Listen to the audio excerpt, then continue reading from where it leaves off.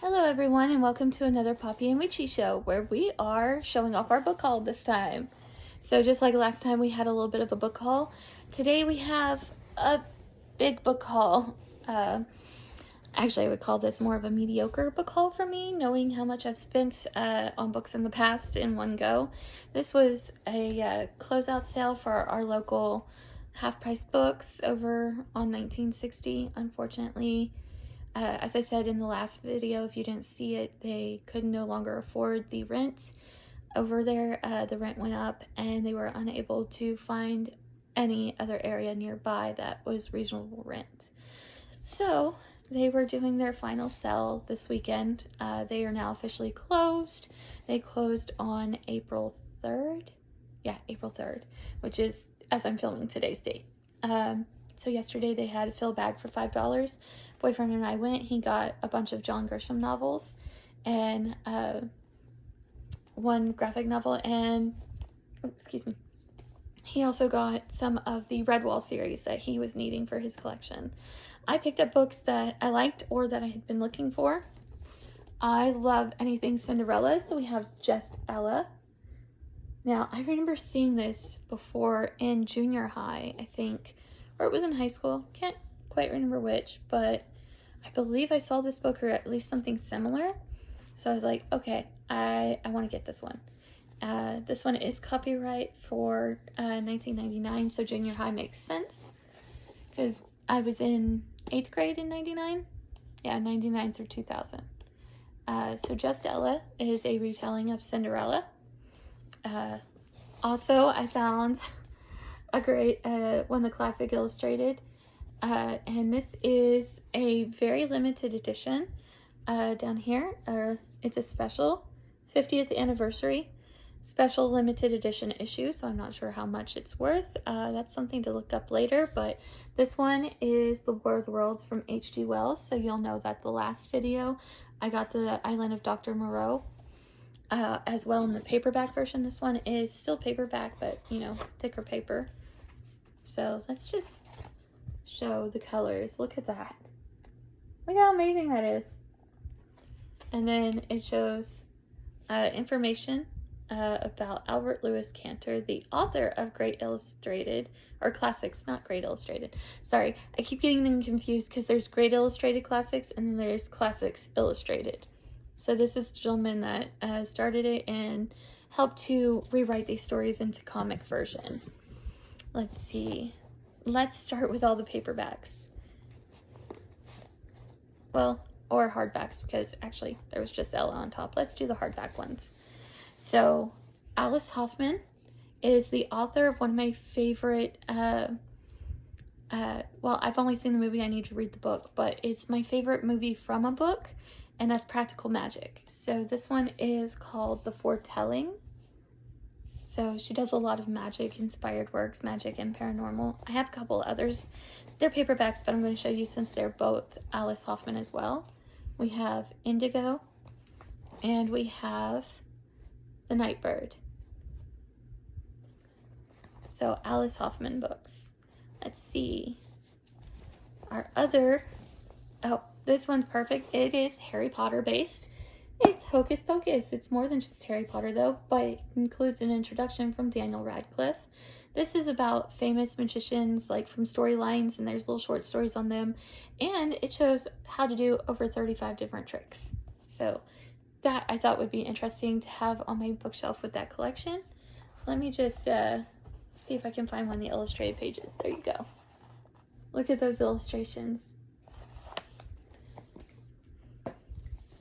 Let's see. I also got this one. This is the Nightmare Academy Monster Hunters book. This intrigued me because I finished reading at the end of beginning of this year. Sorry, I finished reading the Nightmare series by Jason Segel from How I Met Your Mother. He played Marshall, and Kirsten Miller. They co-wrote a middle grade series, and this one's middle grade as well, so I'm hoping it's kind of got the same vibe. Let's see. No pictures in this one, though. In the Nightmare series, there's pictures. This one, no pictures. So, all up to the imagination. Now, I fell in love with this. I saw this book when we took Wendy during spring break to Half Price Books, and I fell in love with this because of the gorgeous artwork. I have a Jane Eyre graphic novel upstairs, but this is what appears to be the full novel. But look at this gorgeous artwork. Look at that. And it goes around the spine and to the back. Isn't that amazing? I just look at that. Look at that detail. It is absolutely gorgeous. So I've never actually finished reading Jane Eyre before, so this will be new. It does include illustrations though throughout the series, or throughout the book, not the series. So absolutely gorgeous. I'm going to look forward to reading that one. Let's see. Our next book, this one I had originally put back because I've already seen the movie based on it. I had to watch it during my political science class in college. However, my boyfriend was interested in reading it, so I ran back to where I had put it back on the shelf, and we picked up Persepolis. I don't know why my brain farted and I had to read it, but yes, this is the story of a childhood, and the movie actually just really goes through the whole graphic novel scene by scene. So I really enjoyed it in poli-sci. I'm hoping my boyfriend enjoys reading it too. All right, now to the rest of the paperbacks. So this one is called The Hardly Boys instead of The Hardy Boys, so it's a spoof. A Ghost in the Closet, and I didn't notice this, but I should have probably guessed it from the title, The Hardly Boys, but it is a gay adventure, so it's LGBTQ friendly. So I am really looking forward to reading this. There's little tiny illustrations at the beginning of different chapters. So a little bit of an illustration there. Lots and lots of story to read. So my TBR is now well over 200 books again. I had gotten it under 200 and now it's well over 200. I did not keep to my goals, my New Year's resolutions. The next book just seemed really interesting. Death by Latte. So obviously somebody's been poisoned or something by a coffee. Apparently this is all along a similar storyline. It's all about a sleuth, but that one's Death by a Bikini. So cute little read. I also loved the cover. As you can see right here and down the side here, it's an insert or not an insert, but you know, a secondary cover, and it tells you what kind of definition of latte: espresso mixed with steamed milk, energy in a to-go cup, a $3 method for warming up chilly Seattle nights, and sometimes a deadly drink. Sometimes a cute little cozy mystery is just what you need to hit the spot.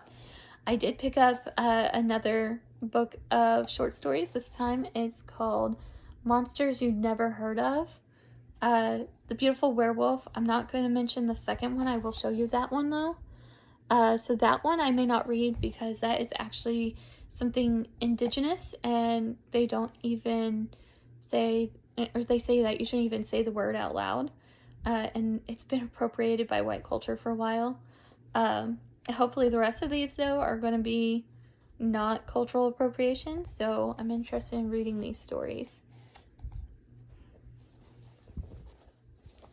Let's see. Oh, another Christopher Pike novel. This one is Chain Letter.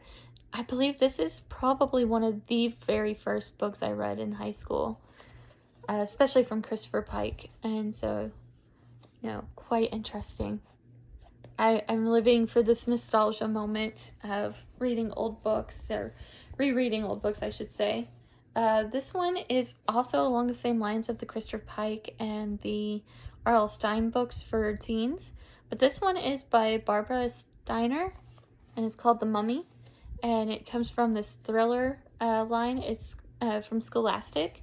I believe she may have also been possibly a point horror story. So before they were with Thriller and Scholastic, there was point horror, which a lot of the teenage book writers or writers of teenage book suspense novels and mysteries were a part of. And then finally, our last book. This one is one I want to really talk to you guys about. So last year, I think it was, or the year before, it was in 2020. Sorry, it was 2020, but I finished reading it last year, in 2021, was a book called Witch Week by Diana Wynne Jones. And I didn't realize it was actually in the middle of a series, but the cover just made me think, wow, that kind of looks like Harry Potter. And those books were published before Harry Potter. So I was like, I wonder if there's a connection. Sure enough, if you take a look at, or if you Google anywhere, books that inspired J.K. Rowling or books similar to Harry Potter, the chiromancy books are the ones that pop up. I hope I'm saying that one. No, I'm not saying that correctly. I'm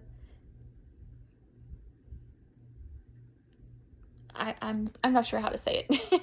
I'm just gonna show you the picture, but it is a series dealing with magic school and students going on adventures, learning how to use magic, some of them not knowing that they were witches and some of them knowing they were. However, here we go. It's the series by Diana Wynne Jones.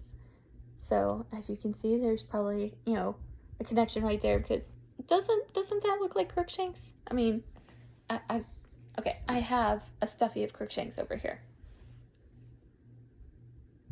Okay. Yeah.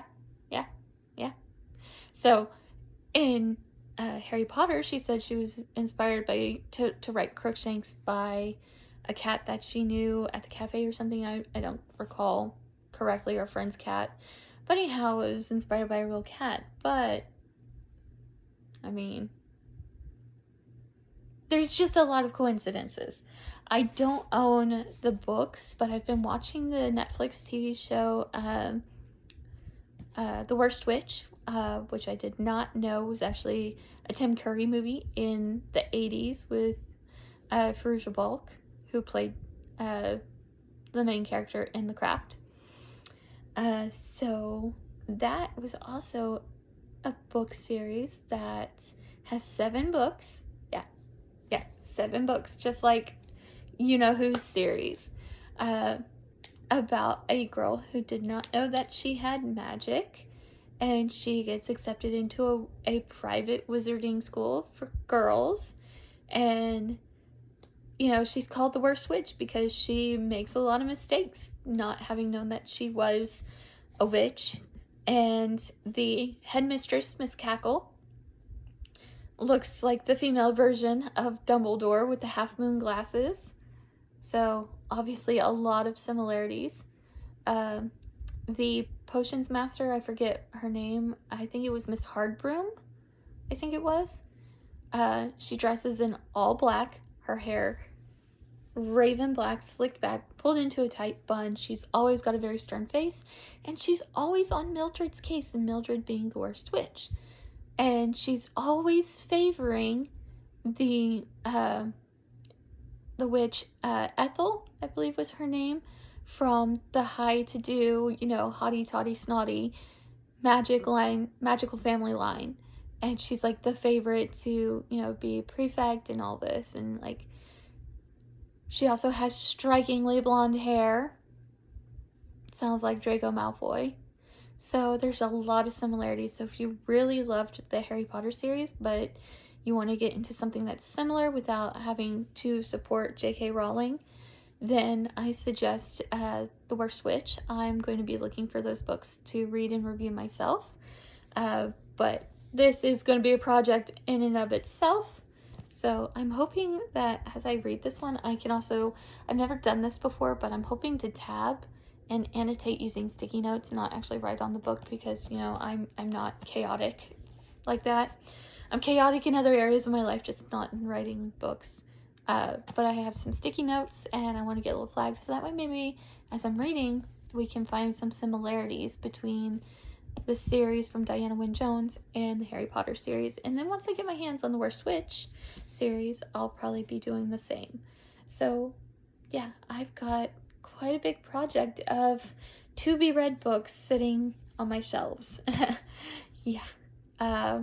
So in the future, I will also be doing some like book reviews, showing off some other book hauls, and so on and so forth. I still plan on making my own monster book of monsters. And I kind of want to try my hand at making some potions for display on the shelves for, either in general purpose or for Halloween based, because I have some potion bottles from Halloween that are just sitting there empty. They need to be filled with something, so why not? So be on the lookout for those in the future, and I probably will be doing those before I head back to doing the blind packs. So for the next few episodes, it's going to be about books and crafts. So I hope you will enjoy that. And for now, Poppy and I wish you a very magical day. Bye, everyone.